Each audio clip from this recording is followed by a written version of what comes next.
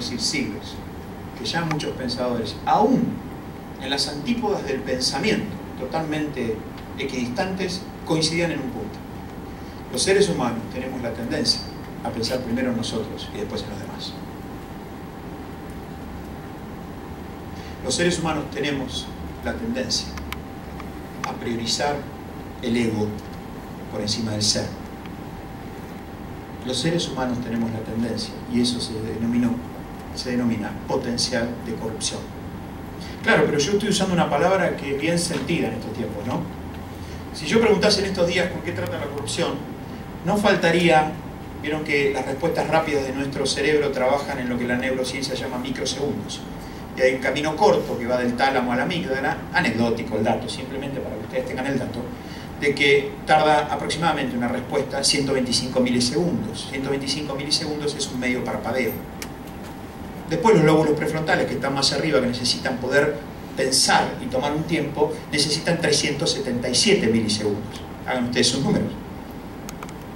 Esa respuesta rápida de camino corto utiliza solamente el 5% de la información que recibe.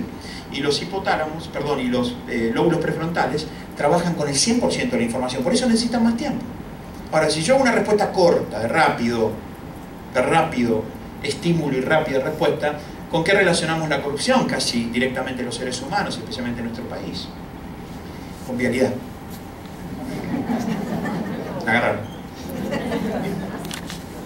Ninguna duda, que eso es un rasgo cruento de corrupción, porque apegado a eso va apegada a la vida de la gente, ninguna duda. Pero ¿saben qué? Creemos que es poco, que es pequeño, que es la punta del iceberg, que la corrupción que nos atraviesa es mucho más que negocios turbios, espurios o situaciones que dejan al beneficio de unos pocos y al perjuicio de la mayoría. Eso es una punta del iceberg.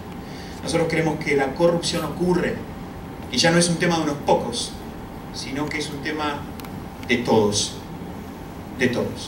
porque cuando yo a las 11 de la noche, por el punto de vista que puedo tener y con mucho argumento y fundamentación, paso un semáforo en rojo en un lugar, desde mi punto de vista que dice, si yo me paro acá me roban y me asaltan, y cuando yo paso ese semáforo en rojo y no me pasó nada, oculté el potencial de corrupción dentro mío y me cuento la historia de que tengo razón para hacer lo que hago. Ahora, el día que yo paso ese semáforo en rojo, y guarda que cuando uso el ejemplo en primera persona, lo digo desde las heridas más profundas, cuando nos vemos de alguna manera invitados a que el potencial de corrupción, a vos y a mí, nos aparece y dice, yo prefiero cuidar mi vida, la de mi familia, antes que me roben.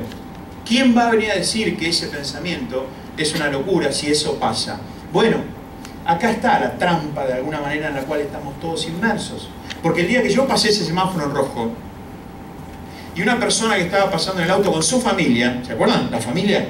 Y yo la choqué en el medio y maté a una criatura de 4 años. ¿Quién sostiene la historia que me estoy contando? Yo acabo de llevar a cabo un acto de corrupción. Por mi interés personal, trasladé mi beneficio en perjuicio a esa familia. Ya, yo sé que estas cosas no pasan. Yo sé que estas cosas no pasan. Primero, no pasa que pase ese semáforo rojo ni yo a las 11 de la noche en una zona peligrosa. Y segundo, sería muchísima mala suerte que justo que pase, va a pasar una persona ahí. Ocurre, dice acá, cuando priorizamos el interés personal sobre el colectivo, pudiendo tener consecuencias para otros. La ruta es un burdo ejemplo, si quisieras, de la gran corrupción que puede haber en términos sistémicos. Gran estratega, etiqueta. Aquel gran orador, etiqueta. El político del siglo, etiqueta. No. El estilo se construye el compromiso.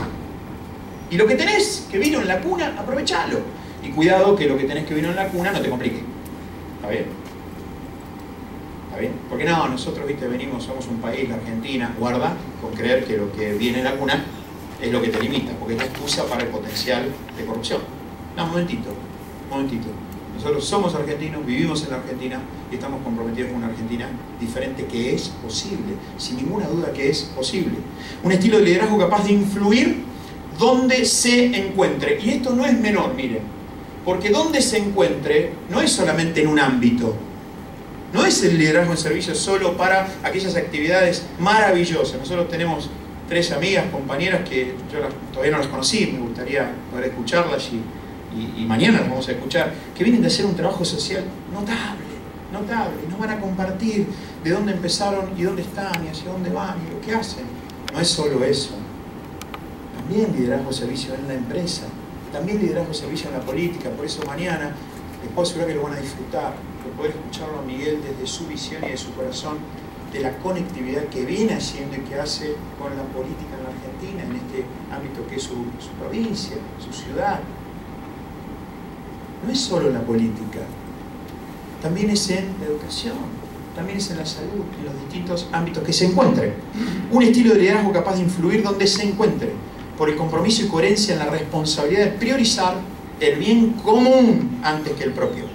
Vamos a tener mañana personas que vienen del ámbito empresario. Va a estar Guillermo, va a estar Alberto, que en el panel nos van a compartir cómo trabajaron el liderazgo en servicio en la organización. Tuve el privilegio de trabajar con Guillermo Cocós, que ya lo van a conocer, como gerente general de una de las empresas más grandes de Argentina y más difíciles para pensar en liderazgo en servicio. Y sin embargo, fue en su gestión una de las 50 empresas reconocidas más importantes para el lugar para trabajar.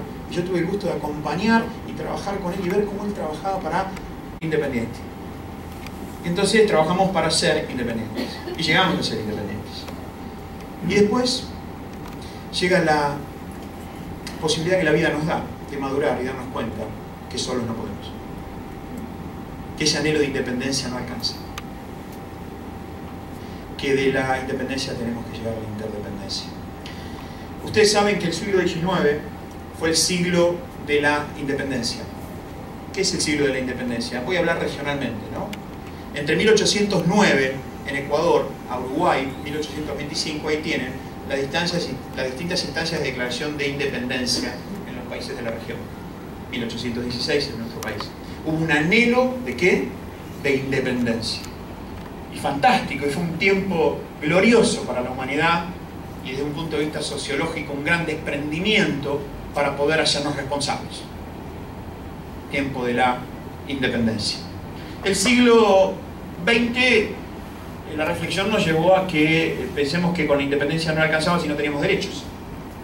¿De qué me sirve ser independiente, pero aún en el fondo no tener la valoración de los derechos que tengo, el acceso a esos derechos? Entonces es el siglo de los derechos.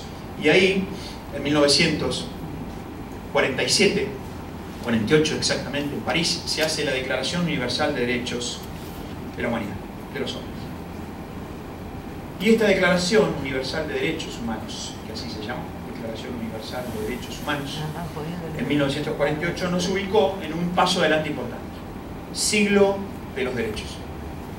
Pareciera ser que la independencia y el compromiso con los derechos ha sido muy importante, pero no nos está alcanzando para poder gestionar y superar los desafíos y las crisis que tenemos actualmente. Necesitamos poder ir a un nivel de pensamiento y de acción que nos permita valorar la independencia, el individuo, los derechos, el acceso a derechos para todos igual, pero que tengamos mayor conciencia unos de otros. ¿Para qué? Para superar el potencial de corrupción que nos permite una y otra vez volver a los mismos círculos viciosos. Y este es el siglo XXI, al cual le damos la bienvenida. Y nosotros lo declaramos el siglo de la interdependencia. Soy, porque somos. Y no de los derechos, porque ya está. No es más quizás la única condición de pensar qué derechos tengo, sino qué compromisos en un marco de interdependencia soy capaz de asumir desde el servicio para tener, pensemos en Argentina, un país diferente. Les va a significar algo muy particular.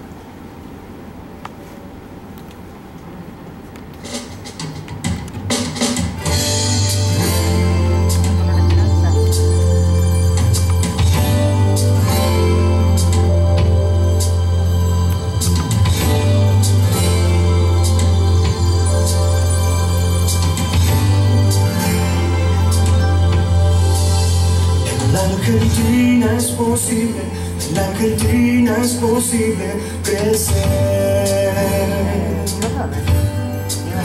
En mi Argentina es posible, en en Argentina es posible pensar